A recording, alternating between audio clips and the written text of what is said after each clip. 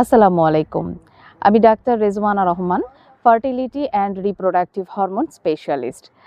আমার রোগীরা সবাই জানেন আমি এই মুহূর্তে আছি কানাডাতে, টরন্টোতে, এবং আমার পিছনে নীল নীল পানি দেখে আপনারা নিশ্চয়ই বুঝতে পারছেন কোনো বিচ বা কোথাও আছি।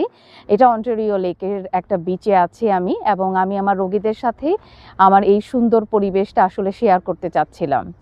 এই ফাঁকে আমি আসলে কিছু কথাও বলতে চাচ্ছিলাম, যেহেতু এই মুহূর্তে আমি বাংলাদেশে নাই।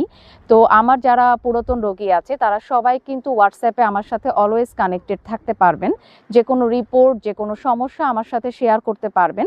এমনকি আমার প্রতিটি চেম্বারের যে অ্যাসিস্ট্যান্ট আছে ওরা আপনাদেরকে সহযোগিতা করতে পারবে, সাহায্য করতে পারবে। এছাড়াও আমার আরও কিছু আসলে বলার ইচ্ছা আজকে। যেমন অনেক রোগীরা আছেন আমাকে প্রশ্ন করেন বা মেসেজ করেন যে ম্যাডাম আমি কনসিভ করতে পারতেছি না, কবে কনসিভ করতে পারবো বা সময় সীমা কীরকম। আসলে এই ব্যাপারটার আমি একটু ব্যাখ্যা দিতে চাই। দেখেন, ফার্টিলিটি যে চিকিৎসা, এখানে হচ্ছে আপনাকে ধৈর্য ধরতে হবে।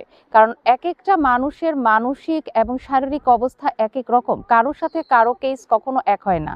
তো এক্ষেত্রে আপনার যে সমস্যা, আপনার পাশে যে আছে তার সমস্যা এক না। যেমন কারো আছে ১ মাসেই সমস্যার সমাধান হয়ে যায়, কারো আছে ৩ মাসও লাগে।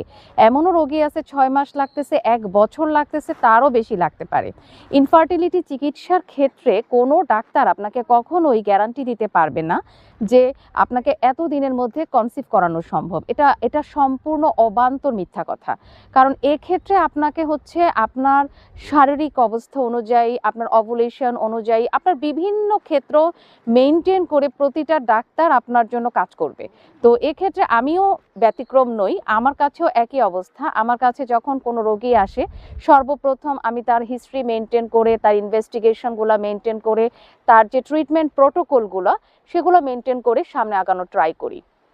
এবং সবসময় আমি চেষ্টা করি যাতে দ্রুততম উপায়ে সমাধান করা পসিবল হয়। তবে দিন শেষে একটা কথা সত্য যে আমাদের সাথে কিন্তু আল্লাহ আছে। আল্লাহ তাআলা আমাদের সবকিছুর ঊর্ধ্বে। উনি যদি তার বান্দাদেরকে সন্তান দিতে চান তাহলে অবশ্যই দিবেন। কিন্তু তার উপরে আমাদেরকে ধৈর্য ধরে থাকতে হবে এবং তার উপরে আস্থা থাকতে হবে। তাহলেই আমরা সাকসেসফুল হইতে পারবো। এখানে আমি অধৈর্য হলে কিছুই করতে পারবো না। আমি আমার রোগীদেরকে সবসময় বলি কিন্তু ধৈর্য ধারণ করতে। কারণ আমাকে সময় দিতে হবে। আমরা অস্থিরভাবে কোনো রোগীকে এটা বলতে পারবো না যে আপনাকে আমি কালকেই কনসিভ করা দিতে পারবো, ২ মাস পরে পারবো বা ৬ মাস পরে পারবো। এটা সম্পূর্ণ মিথ্যা কথা, এরকম সম্ভব না। আমি আমার সর্বোচ্চ চেষ্টাটুকু করি যে আমার রোগীরা যাতে তার সমস্যাগুলোর সমাধান করতে পারে, এবং সমস্যাগুলোর সমাধান হলেই কিন্তু আপনি ফার্টিলিটি প্রবলেম থেকে বের হয়ে আসতে পারবেন।